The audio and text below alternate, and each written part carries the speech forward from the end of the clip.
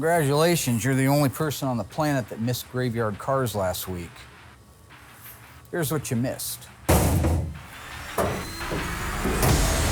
Last time, the Ghouls concluded the epic builds of Chris Jacobs' 1968 GTX and the first of its kind, 1970 Plymouth Superbird, equipped with a Hellcat crate Hemi. With SEMA in the rearview mirror, the Ghouls begin the final assembly of a 1969 Plymouth GTX in seafoam turquoise. They're coming to get you, Bob.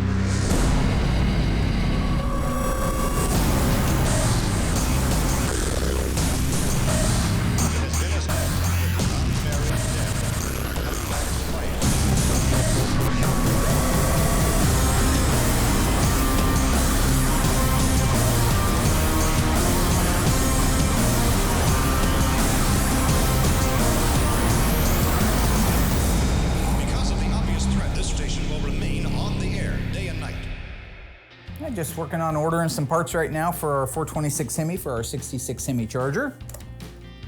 This is a car that we've been working on for quite a while, and it's finally made it through the shop to a point where we can actually start ordering a few pieces. I've got the engine out being built right now, so I'm looking at the different camshafts.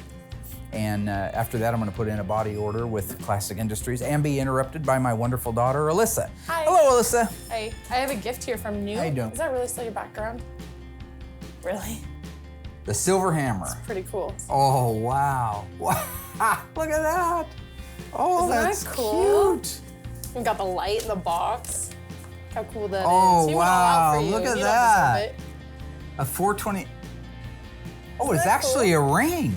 Yeah, Oh, God, it's that's a great. ring. Look at that. Looks really good on you. That's actually really cool. Check that bad, Joe. All right, so now that we got our beautiful Tribute Superbird with the first ever Hell crate engine installed and controller, we can get kind of back to things being normal around here. It was pretty manic there for a while. Don't get me wrong, there's 102 cars in progress right now, so we're always a little manic. So one of the first cars I want to get started on is one of the closest ones to being done. It's our 1969 GTX. It's a 440 automatic seafoam turquoise. So you recognize the Q5 code? Our Hemi Road Runner last season was a Q5 seafoam turquoise. This car has a black top, black interior. Pretty neat little color scheme, 440 automatic, not a lot of options on it. Why didn't he select a lot of options? I'm gonna take some time here shortly and I'm gonna show you why. I'm gonna show you the book that he selected it from with all of the options that were available and what those options could have cost. While I'm doing that, I'm gonna let Doug build out the engine, get it all put together, get all the bits and pieces put on it so we can move it down to Will. My goal is Doug builds the engine, Will paints it, Doug gets the rest of the suspension ready to go in, we get all the pieces under the hood bolted in, and we can put a drivetrain in it this week. So that's the goal. We're gonna use an original book that the dealers used back in the day. This was how color and trim and other options were picked out by a potential buyer of a car. So again, this is an original piece of nomenclature from 1969. We open it up, we can see right here it says 1969 Plymouth Review. There's some notes in here, but you know that this is an authentic Chrysler, Plymouth Chrysler Division book. I have our fender tag marking the GTX area, but so we'll just set the fender tag right over here. If we look at our tag, we're gonna talk about the colors and the trim right now, not the R11, which is the radio, but let's talk about the V1X. That means it gets a black vinyl top. The body color is Q5, that's seafoam turquoise. So if we were sitting on that showroom floor right now trying to pick out the color of our new GTX, we'd take this and open it up to the seafoam turquoise. So Doug is my cousin. That's why I call him Cousin Dougie or Cousin Duct Tape or whatever. We just grew up together, so we're not just relatives, but we're really good friends. Doug is a really good, conscientious technician. He knows right to go to the wall and get this wire retainer kit, this heat shield kit. So yeah, he's at a point now where I think he's really enjoying it. He's able to get past all the nervy things and really take his time and do a good job. These were all colors that were available. So this is the color that matches this right here. If you take the tag over there, they're pretty close. The other thing on our tag, you'll see is V6W. That's the accent stripe, the longitudinal accent stripe. So at the back of this book, the salesman could pull out these little swatches here, white one.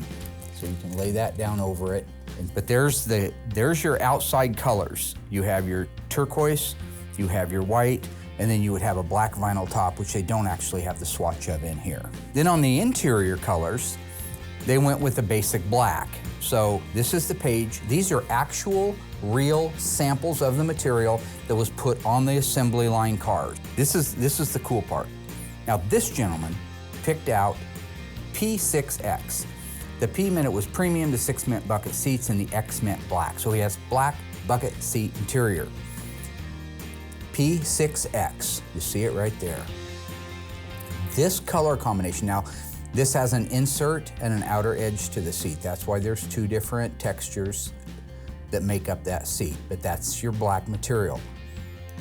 It was available on all Sport Satellite and GTX colors. So no matter what color the outside of the car was, you could get a black interior. The thing about Doug is he's a man of few words. If you watch him, I mean, it's not like he dummies up when the cameras come on. That's just who he is. He's just a man of few words. He's a deep thinker, right? He's that guy on the stone, you know, made out of stone that's thinking all the time. He's always thinking. I think he's proud to work here. I bet he's probably proud of the fact, because he knows where I came from, that this is really a self-built thing just by hard work and dedication and believing in a dream. I imagine he feels that way, and he probably is more apt to share that with other people than with me. So again, there's all kinds of combinations, but there's also not every combination in the world. Let's say you liked a tan interior, this hideous color right here, P6T. Said, I want that interior and I want it with a blue outside. What wasn't available? You can see here, F3, F5, F8, those are your greens. L1, which is our sand pebble, sorry, I think, see? It was available with that color. The T7 coppers was available with them, right there. So it was never available with some of these other colors. So the main point of all that is, if you're building a car today, you can't, unless you're deviating from the fender tag right here, then you have to stay within what was available from the factory. And there's nothing on this planet that's gonna be more accurate than the original book that you ordered from back in 1969. Now that Doug has the engine wrapped up, I'm gonna go get Alyssa. We're gonna go into the training. Mickey versus Rocky, Rocky versus Apollo, right? So I'm like Rocky and, I'm like Mickey and Rocky, right? I'm both characters, and she's gonna be more like a trainee. She's gonna be, oh, Tommy Gunn. She could be Tommy Gunn, remember?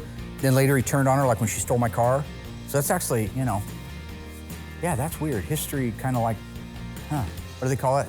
Truth is stranger than fiction? So what I want to start with, you guys, is the B engine, what Mopar called their B series big block engines. What we're doing is we've got some 440s, 383s, 426 Hemi short blocks that we're getting ready to build out. I thought this might be a good opportunity with everything laid out to be able to walk Alyssa through how to be able to eyeball a B engine from an RB engine from a 426 Hemi. So we're gonna talk about that. I stand corrected on one thing on the B engines just because I'm kind of anal retentive about this. I want to point it out. I mentioned that there's the 361, the 383, and the 400 are B engines. In 1958, and all of you Christine fans will know this, they introduced the B engine, and it was a 350 cubic inch called the Golden Commando with the inline dual fours available on it. That was the engine that Christine had in it. So technically, there were 4 B engines. Just the odds of us actually working on the 350, I think, is why I omitted it. But I'm willing to admit when I make a mistake. So 361, 383, and 400 are your B series engines. Okay. 361, 383, and 400. Okay. Okay, now let's just And move. this is a 383. And this is a 383, because remember here on this pad, you've got D383. When you see the D right there and the 383, you're gonna start with 1965 had an A. 1966 was a B, 1967 was a C, 1968 was a D, 69 was an E, and 70 was an F, and on up through the alphabet. 71 would have been G. So when you see D383, that date is not the date this was cast. That's on the side of the block in raised lettering. Okay. Stamped into this is the date that the engine was assembled. The long block assembly was done. So it was intended to go in a 68 model car. Now this is the one that, for the most part, most of the cars that we have here are RB series engines. Then the other big block that they've got is the legendary Elephant, the 426 Hemi, which could never, ever be mistaken with a 440. The main difference when you look at these are a couple of things. First off, you notice they both have this machined off pad right here. Yes. You see this area here? What does that read on there? 440. What's in F. front? F. 440. So what year is that engine?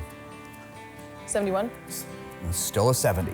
Okay. The alphabet's still working the way it did when I was I think in it was my school. math that was off a little there. I think it's stressful. It's like the McMetric system at McDonald's. Remember when they introduced the McMetric You system? did good. Thank you. Okay, this one also has the machined off pad, but on it, what does it read? You're only asking because you can't see, huh? 3H420. If that wasn't a 3 and we know it has to be an alpha, what is it? Probably a B. Okay, so it's a 1966 426 Hemi, and that's actually what it's going in, is a 66 Hemi Charger. So on our 426 Hemi, you've got, let's just take the number 2 main journal, this one right here. Great big bolt, great big bolt. That's what you see over here on the number 2 main journal of the 440. That's it for the 440. That's all that holds that crankshaft in the saddle, is those 2 bolts. You go to the Hemi, which is a high performance, meant to go fast, later went into drag racing, ran nitro on them, and these things were born to boogie. They not only had these 2 here, but they also had a cross bolt. This also was the extra webbing in the block and the extra strength to hold this bottom end together under blunt force trauma, like maybe the backfire of a blower or something like that. So we're just getting started on the tutorials. Absolutely thrilled about this because it's a chance for me to share some of the things that I know that they should know, and maybe in Doug's case he does know. It's also cool because right on topic, we're gonna be putting an RB 440 in our 1969 GTX. So this is a great opportunity for her to really soak up some good knowledge. Right after the break, Alyssa provides us with some history on the Plymouth Cudas. Dave answers questions you've sent in. And Mark pulls out the Dave Weiss book to teach you how to find the correct OE bolts for your at-home restoration.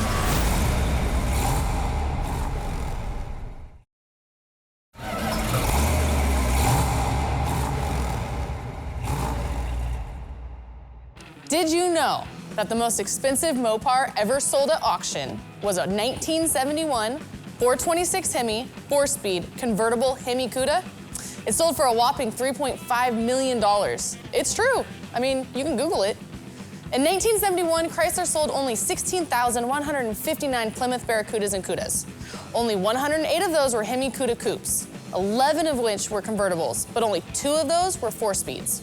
Rarer still, of the 2 4-speed cars, only 1 was numbers matching. So, is that 3.5 million starting to make a little more sense now? Because that makes it a one-of-one car by default. The Plymouth Barracuda was around for about a decade, from 1964 to 1974, but are best remembered for 2 of those years, 1970 and 1971. Now, if you have a personal preference for one year over the other, that's okay, because both years have a history that's worth noting, and they both certainly have value. But when we think of a Cuda, we think of 1970 and 1971, whether or not it's a Cuda or a Barracuda. The 1964 Barracuda was derived from the Plymouth Valiant and was introduced on April Fool's Day, 1964, but it was no joke. It was built for battle against the Mustang. Mopar built 23,000 Barracudas, which isn't bad for a mid-year introduction, but that's nothing in comparison to the over 120,000 Mustangs that were produced after their April 1964 release. A fun fact about the first generation Barracuda is that the 14.4 square foot rear window was the largest ever installed on a standard production car at that time. Another interesting fact is the name, okay? The Plymouth execs wanted to call it the Panda. Thank God that didn't happen. Fortunately, they lost to the designers, and today we have the Barracuda. But in 1969, it was the first year of the short name Cuda. So that helped a little bit because that made it really cool. In 1970, the redesign cut ties with the Valiant. 70 through 71 was the pinnacle of the Barracuda. While the 1969 Cuda was the first year a 440 was offered in the smaller A-body platform, the horsepower and the new Cuda name, it just wasn't enough. But in 1970, the Cuda had everything. Every performance engine was available from the 340 up to the 426 Hemi. But as quickly as the 70 through 71 Cudas rose to greatness, it was all over by 1972. In 1972, there was only one performance engine option, and that's the 340. So no more big blocks or rubber bumpers, shaker hoods, convertibles, rear window louvers, or anything else that screamed cool. Like, they were done with it. They didn't want any more cool. So even though they may be rare, the 70 to 71 Cudas are the most sought after and the most valuable Mopar. First thing I want to talk about is the 915 cylinder head and the 906. Now there was also a third one, and what they're referring to is the last 3 digits of the casting number. If you look at this cylinder head, the 906, 906 is 1968 to 1970, 383, 440, HP and non-HP, all use the 906 heads.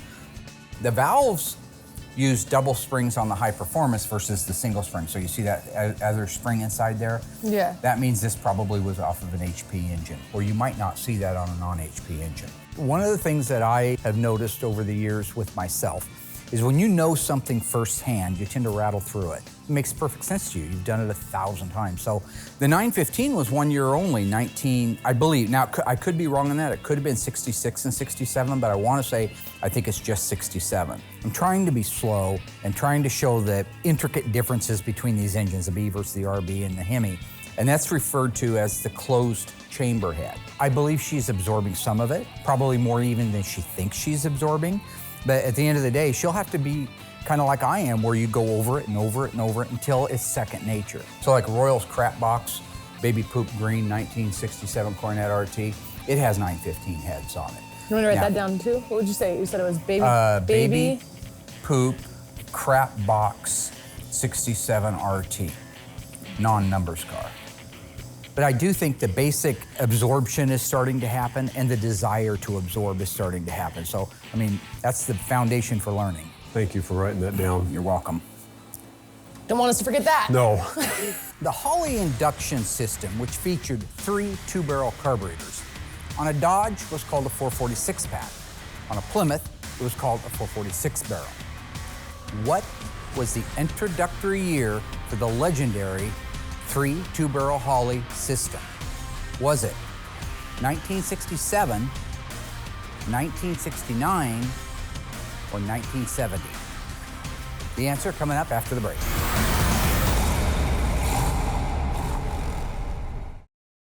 All right, Ghouls, how did you do? What was the very first year, the model year, that the 446 pack was introduced, the multiple Holley carburetor? The answer is 1969. As a matter of fact, it's referred to as the 1969.5 Road Runner and Super B. That was the first time the induction system showed up. It was available in 70 on a 340 as well as a 440, and it was available only on a 440 in 1971. By 1972, no more fun, no more multiple carburetors. This is kind of gonna dispel a couple of myths. These will both bolt on the same engines. I could put this on a 7440 and I could put this on a 67. Okay. The only difference is it would change the compression ratio, and here's why. When I roll the 915 up like that, and I roll our 906 up like that. So on the 915 head in 67, this is called a closed head. And they're referring to the combustion chamber. You see this is open right here, and it has an indent, and it's wide open and matches the shape of the piston. This one is closed through here. This whole area is filled in. That would raise the compression of the engine. However, that would make you think, well, a 67 440 would have higher compression than, say, a 68 440. It didn't. They both had 10.1.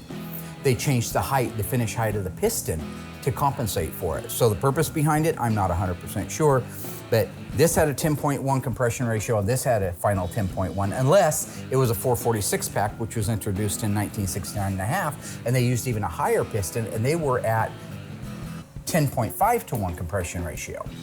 And they control that with the height of the piston. But this is a closed chamber, this is an open chamber. From 1968 to 1970, all of our engines are gonna have this head on it. All of our 440s and 383 are gonna have that head. Yep. In 1967, if we ever work on a dung box like Royals, it's gonna get that one. Okay. Okay? It's been taking a little bit longer with Doug and Alyssa on the differences in the engines, but that's okay. I think they're absorbing it. Like I say, it's just a little bit longer than I had hoped. In my mind, I don't mind taking longer. Normally it's just fine. I still want to get my drivetrain in the GTX, so if we can wrap it up, that'll be a good thing. That bad boy, that mother Is that the Hemi? That's the 426 Hemi. Notice the size of it. Let's just take that little critter right there, and let's just take these. These both have the same footprint. So let's put the 915 up next to it. Well, it's like two of these. Yeah, literally. Coming up, Mark concludes his engine tutorial with Doug and Alyssa, pulls out the Dave Weiss books to teach you how to find the correct OE bolts, and gathers the crew to help him get the drivetrain installed in our 1969 Plymouth GTX in seafoam turquoise.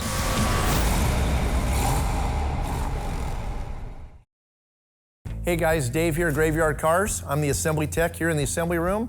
We had a lot of fans send in a lot of questions on the internet, so I'm gonna answer a few of them. Here we go.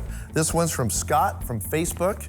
He asks, I'm restoring a 1971 Charger 500. I find it difficult to find certain parts. What do you do when you can't find a part for cars? To answer your question, we find it really difficult to find parts too. Mark is constantly on eBay trying to search parts. And of course, there's Tony's parts. Tony has a great selection of parts. But eBay, I think, and the internet, a lot of these Dodge and Mopar websites have a great forum column where you can kind of write in want ads and stuff when you're looking for certain parts. So you really got to do research and use that internet. That's what we do. All right, I got one more here. This one's coming from Steven or Stefan, I'm sorry if I got that wrong, off of Facebook. And he asks, what were the differences between the 1966 and 67 Chargers? Okay, there's a few on there. As you know, the 1966 and 67 Chargers, first generation, had that fastback. It's kind of a love-hate. People either love them or hate them. But the differences between the two was the center console. In 1966, the center console was super cool. It ran the full length all the way down through the back seat, had the full length going all the way back. In 67, they actually shortened that up and they cut it off. So right behind the front seat is where the console ended, the center console. Another option was in 1966, you had an option of getting fender-mounted turn signals. In 1967, they were standard having fender mount turn signals. And then a big difference would be in 1967, they added the 440 HP, the 440 Magnum engine in 1967. It wasn't available in 66. So there's your differences. And of course, they had some wheel cover differences as well. But those are the three main ones. Hopefully that answers your question. And it's been fun. Thanks, guys. Take care. So far, Doug has built out the engine for Manning's GTX, while Mark taught us what options were and were not available during that time. Now, Mark concludes his engine block tutorial for Doug and Alyssa to be able to refocus efforts to get the drivetrain installed in our 1969 Plymouth GTX in seafoam turquoise. So this engine is for our 69 GTX, Manning's seafoam turquoise car out there. Oh, okay. You see that bolt right there? What's the little identifying mark at the top of it? An anchor. That's right. Okay, these are the correct bolts that hold the valve covers on. Probably from 68 to 70 at least, maybe even into 71, I can't be positive of it. Out here on the outboard side, you see that this is a stud and not a bolt. That was to align the valve covers on the assembly line. Rather than using a bolt, they just threw it down over this and they had automatic alignment. There's a stud here, a stud at the back, a stud there, and a stud at that back. All right. Should be that easy, Doug. You see this bolt right here? Yeah. What does it say? TR. No, it doesn't say anything. It reads TR. Malice, Alec Baldwin, Nicole Kidman. I guess I'm an entertainer. I'm a friend first, a boss second, and an entertainer third. Okay, that is the correct bolt to hold the intake manifold on this engine. Okay. So these are the things I want you to begin to absorb. Gosh. With that, class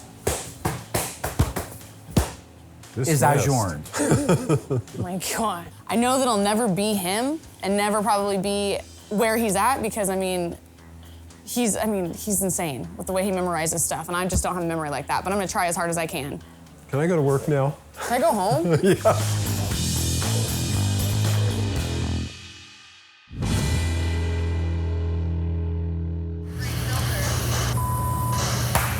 Wait! Ha! Look at there! My man! Sitting around, ain't doing nothing. I'm working. No, you're not. I would need you to come out and give me and Alyssa a hand with the 69 GTX under the hood plumbing. Yeah, that's not gonna happen. You're I'm right in the middle of painting. not doing anything. You're sitting on your phone. Well, right now, but I'm still painting in the booth. I'm in between coats. Figure it out. You told me months ago you wanted to learn how to do this stuff. I did? Yeah, you did. Well, you have a seizure? I may have. You don't want to do it? I don't have time. You know what? I don't care. That's the thing about it. I don't care. He wants to sit down there and play on his Instagram. I don't care. He's a commission guy. I don't care. Take all day. Well, I've got a younger, more impressionable brain, Emma, and I'm not really capitalizing on that, right? She's a sponge. She's gonna soak up my comedy, my dance moves, all that kind of stuff. Plus, she's gonna be the youngest kid in the country probably working on a Mopar. Take lemons and make lemonade. It's called a lesson. Emma! G-Paw needs ya. In 1970, if you bought a Cuda with a 340 and a manual 4-speed transmission, you automatically got the beautiful, world-renowned pistol grip shifter. True or false? Behind that 340 standard was a manual 3-speed transmission. Think you know the answer? Stay tuned after the break. I'll give it to you.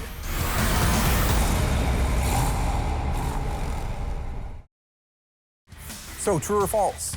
If you had that high revving little 340, would it have come from the factory if you didn't option up just a 3-speed manual? The answer is true. That's exactly right. Same thing for a 383. It would have been the base entry level, would have been a 3-speed. However, most people optioned to go up to the 4-speed, which gave you the pistol grip 4-speed, the reverse light on the dash, which was super cool, and just all around better performance. So there you have it. Just because it was cheap doesn't mean it was cool.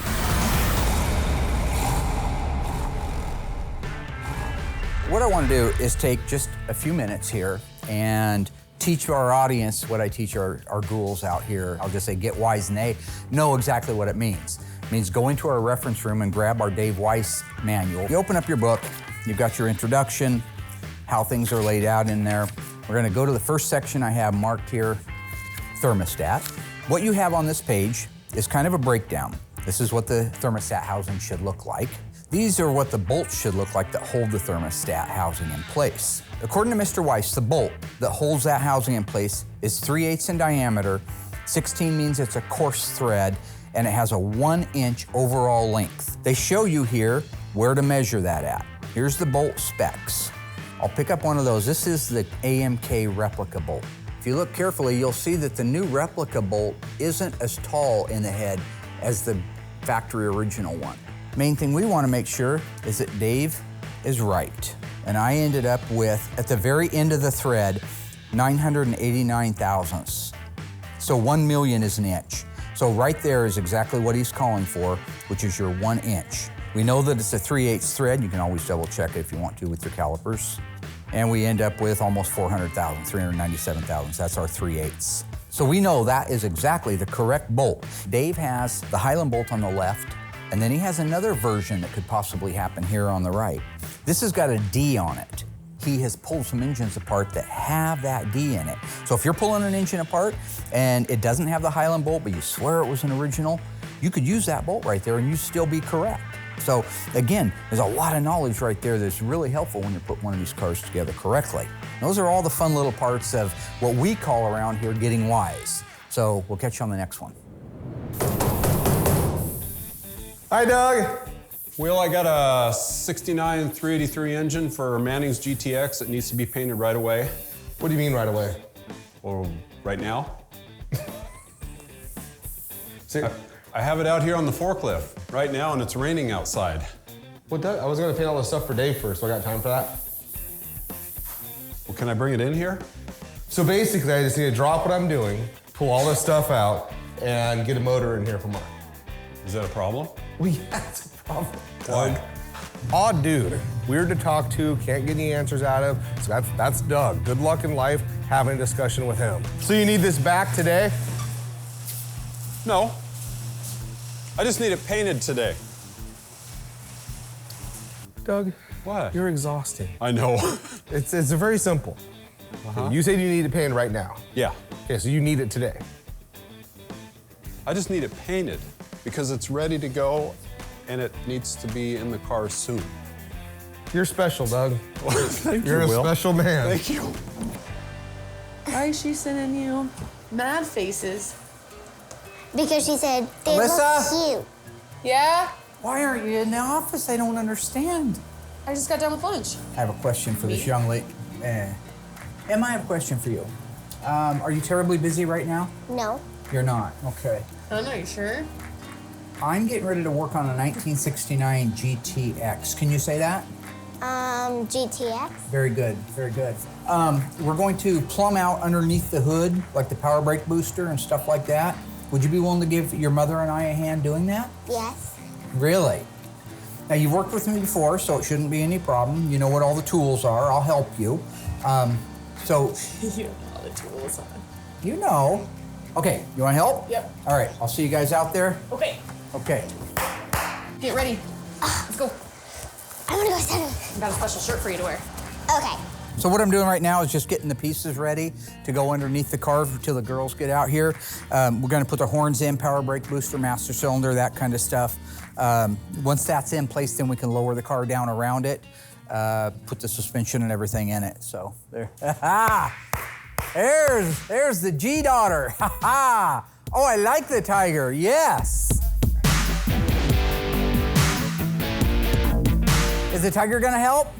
I love it, I love it. Okay, let's set the Tiger right here. Business Tiger, it's a business Tiger. There, I like it. Alyssa, Yep. you and I are going inside the engine compartment. Emma, Both gonna be able to fit in there? I don't know, maybe if you lost some. I don't think I'm the one we're worried about here. Yeah, this happens to be a condition, so.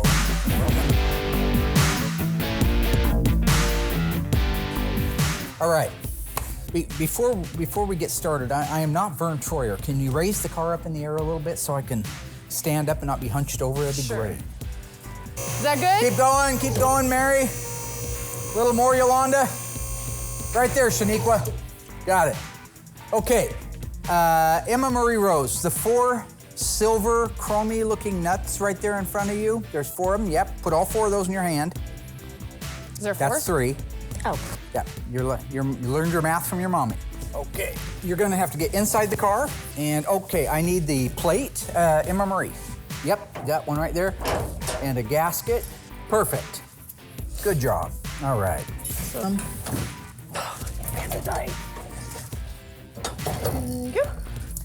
All right, if you've got the nuts started, is that true? Yes. Go ahead and tighten them down, and I'll hold it in place. Okay. It's about as tight as I can get them finger-wise. Well, no, use the electric. Oh, okay. No, she's not. Do the top one. Portion valve. Make sure you don't scratch the car. Thank you. Well Right done. there's a bolt. Perfect. I'll take that and that. So, Emma, this is the windshield wiper motor. Go ahead and hand that to your mom. So here.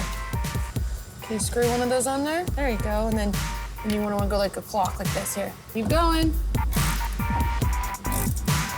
Take that back. Thank you. Watch this. This makes it so much easier.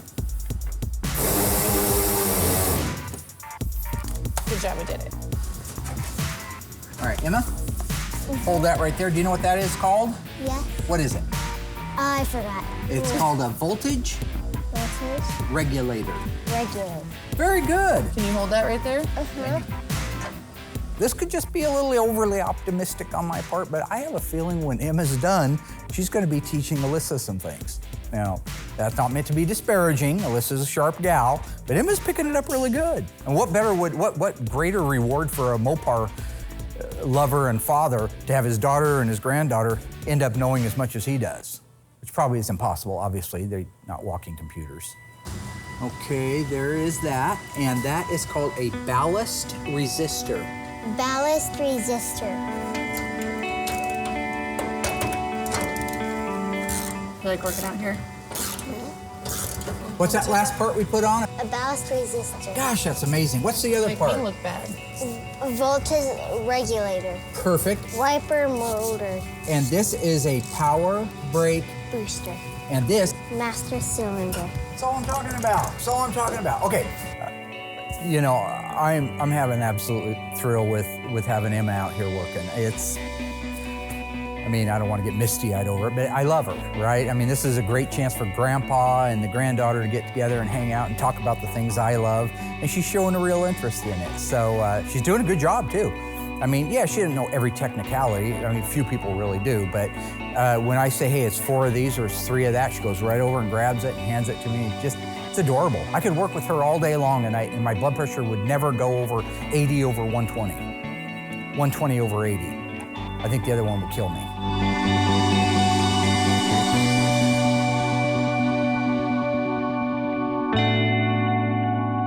Okay, honey, this is the last part we gotta put on. This is called the windshield washer reservoir. Windshield, Perfect. Washer. washer, reservoir. Beautiful. Look at that. See, I started too late with you. That's the problem. She's already got it. She's 6. She's already got it. Hand that to your mother. I'm 7. Whatever. Yeah, Grandpa. Okay, you know what? I'm trying to look out for you. One day you're gonna say, I'm only 54 instead of 55. Trust me, it's gonna happen. All right, you're doing good. Spike the camera like Grandpa does too. Okay, Emma, good job. You put the necessary pieces on under the hood of a 1969 GTX. What is this car? GTX, What year is it? 69. Very good. Good. First 4 characters of the VIN? Yeah. Why do you do that to me? So Emma and I and Alyssa just finished working on the 69 GTX. Well, how do you think it went? Good. Yeah, I think you did pretty good. You know, for your first time really turning wrenches, I think you did pretty darn good, to be honest. You know how to give everybody the look? Let's try to look right at that camera over there. Right there. 3, 2, 1. So we're doing really well on the GTX. This is our 69 440 automatic Q5 car, another seafoam color. Very neat car, very rare, very desirable. Remember, this is a numbers matching drivetrain. So this is a really neat car. The gentleman's father bought it brand new. And so I'm really excited to be at this point. We're finally ready to put the drivetrain in it. We can get the wheels and tires on it, lower it down, roll it forward, and then Dave can finish putting the interior together. So we're getting really close to having that one done. That's a very good feeling, and I know the owner's gonna be thrilled too. I don't anticipate anything going wrong. I mean, these guys have done a couple of them with me, so I think they've got it down now to a point where, yeah, I've got them loose for a reason. So they're easier to go in, They're you have more loose, so you slack. can line up the front. I take that back. Yeah, there's a lot that could go wrong. Okay. Let's slide that thing down here. Okay, Now, well, there's a car here we don't want to scratch, and one behind you. Let us know when we can go. Come on down. I plan on going around the light this way. That's fine. Was that your plan? I want you to come right down here Okay, now. and right through there. Oh, sweet dumb. Don't scratch. Oh, don't hire the car though. Whatever we do, let's not do I that. won't hire the car. I won't hire the car. Hire the That car doesn't meet our hiring requirements. Let me go up with the car a little bit in the air. You raise. We're gonna hire the car. whatever, you guys. Let's just get And that's what I got for my That was funny. You're not $100 grand worth of education. I use that word a lot. I'm sure you do. Okay, I hired the If I'm car. not high enough, I try to get hired. Thanks for hiring. Yeah, See your what I'm car's saying? hired. So let's go put it in. Perfect. Oh, let's not. Sweet.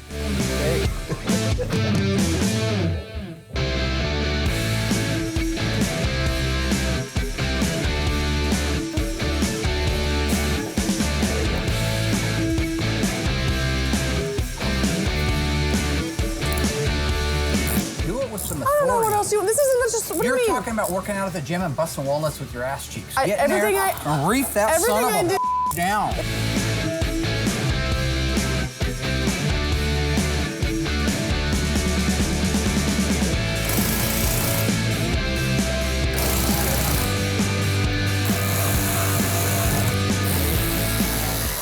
Okay, let's stop and line up these front K-member holes. Remember, Alyssa? Hang on, you crazy baboon.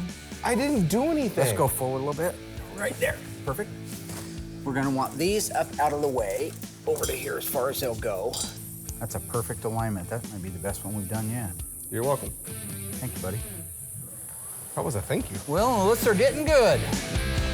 Okay, we're really close here. Yeah, going higher. Kind of higher it up. This is scaring the. Okay. Higher it up here.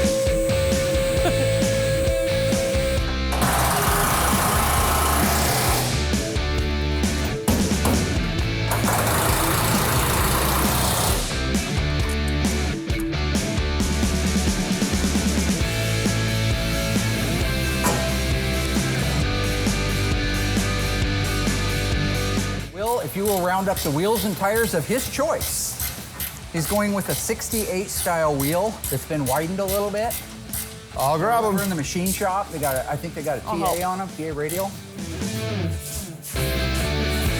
Now, in fairness, when you look at these wheels and tires, they're on a car and they're rolling down the road, you don't realize they weigh something.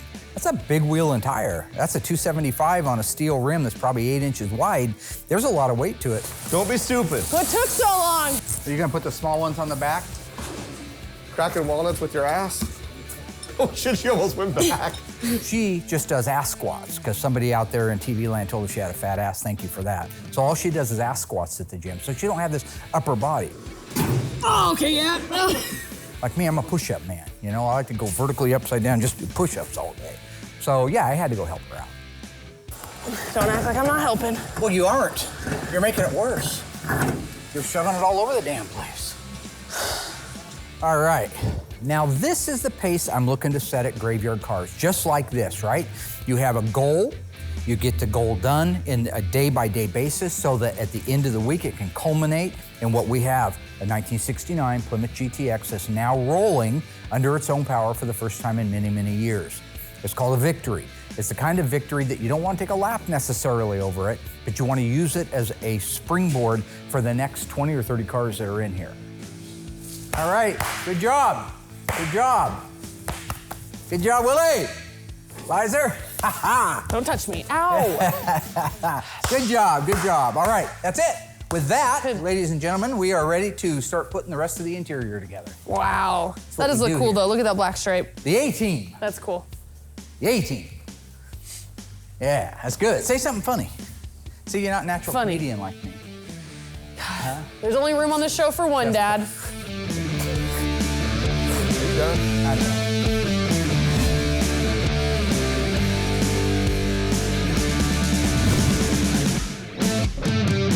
I think we had a really good week. Would you say we had a good week? You helped out a lot. I want to thank you very much. Well, Doug got the engine and the transmission and everything ready to go in the car. Then I was in big trouble. I had to go to the E-Meister General, Echo Bomb 3000 I call her, Emma. And she helped me put the engine compartment together with her mother, Alyssa. And I think that went good. We had a helper that day. What was the helper's name? I haven't named it. You haven't named it? Can we name Mark? You already have. There already is a Mark. Yeah. Okay, he could be Tiger Mark, though. How about, oh, I know. My favorite character when I was growing up in Winnie the Pooh was Tigger. Could we call him Tigger? Tigger it is. Tigger helped us put together the engine compartment on our GTX. And once we had that done, we were able to bolt the drivetrain in, lower the car down, and roll it forward. What do you think of the dance moves I've been working with you on? Hilarious and funny. We got busted to move. You got to come down like that, right? And busted to move over here like that. Out. Now you're getting the groove. Each morning I wake up. I put on my makeup. And I say a little prayer for you. Forever and ever, you'll be in my heart. That's number one right there. Rock and roll, everybody.